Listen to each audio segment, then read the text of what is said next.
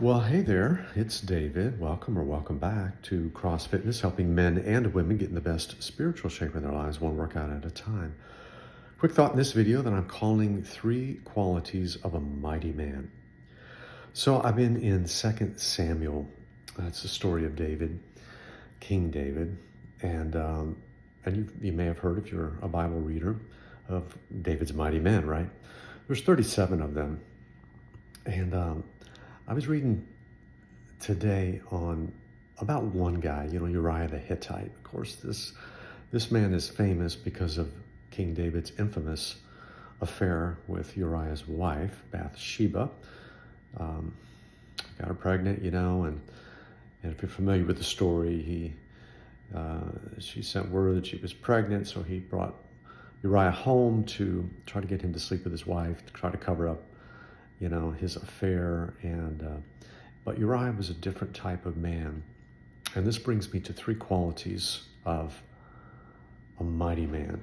And Uriah was a mighty man. I mean, there were thousands of warriors in David's army, hundreds that were really high caliber soldiers, but there were 37 that were elite. And Uriah was one of those. And the thing about Uriah that impressed me as I was just kind of contemplating this morning, as number one, Uriah had, let's see, what was it I was thinking about? There were three things before I turned the camera on. All right.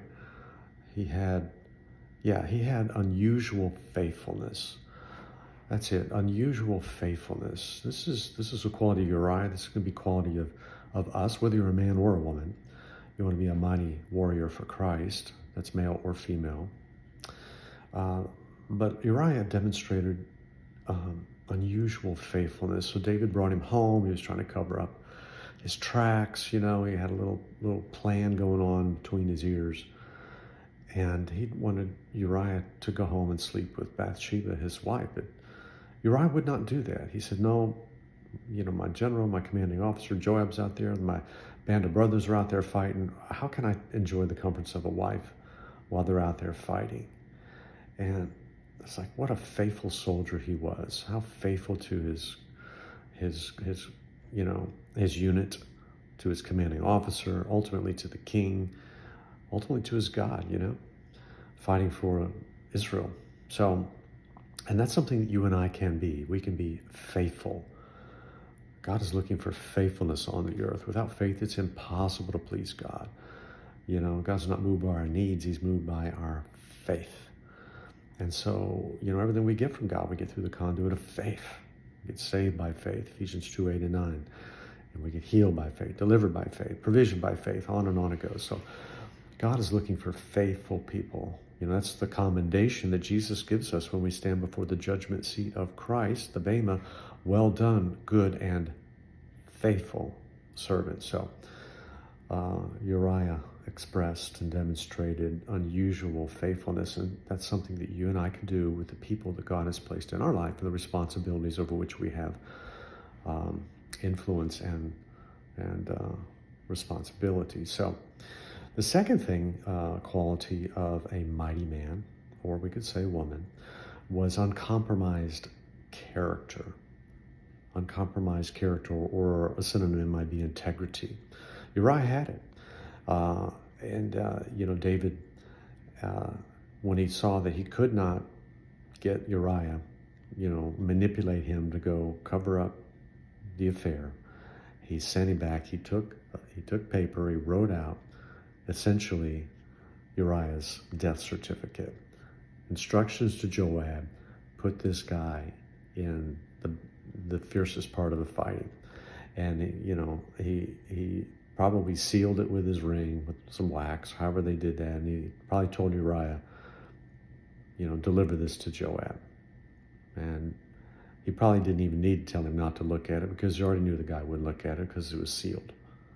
And Uriah didn't do it, but he carried his own death certificate to Joab. And I'm sure Joab, when he unfurled that thing and read it, thinking, I'm getting ready to lose one of my mightiest, fiercest warrior out of all of Israel. He's one of the top, most elite guys. And now I have to order him to his death because my boss is fooling around. Wow. He didn't know his boss was fooling around, but he knew it was a terrible command and there was something stunk in the woodpile. But he was obedient. He did it. And yeah. And that's the third thing about Uriah that is a quality of a mighty warrior, a mighty man, a mighty woman of God, and that is he was fearlessly obedient. Even though Joab said, I want you to go into the fiercest part of the battle, he didn't run from it. He ran to it like David did run into the giant back in his better days. And Uriah paid for it with his life. And sometimes we need to hold to our integrity.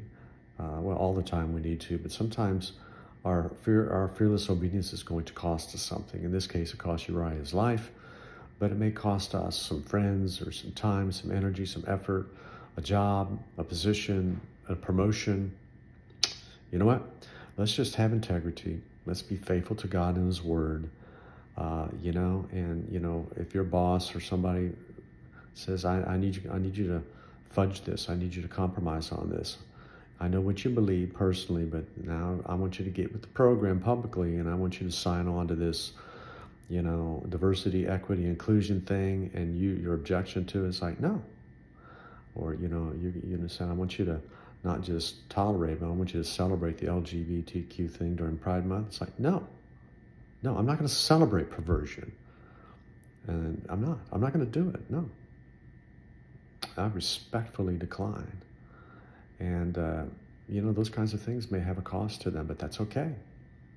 Because you will make for yourself a legacy that you are a mighty woman or man of God. And that's, His opinion is really all that matters at the end of the day and at the end of our life. Amen? So that's my story, and I'm sticking with it. I'm David, your virtual mentor. Remember, I'm always for you. I'm never against you. Take care.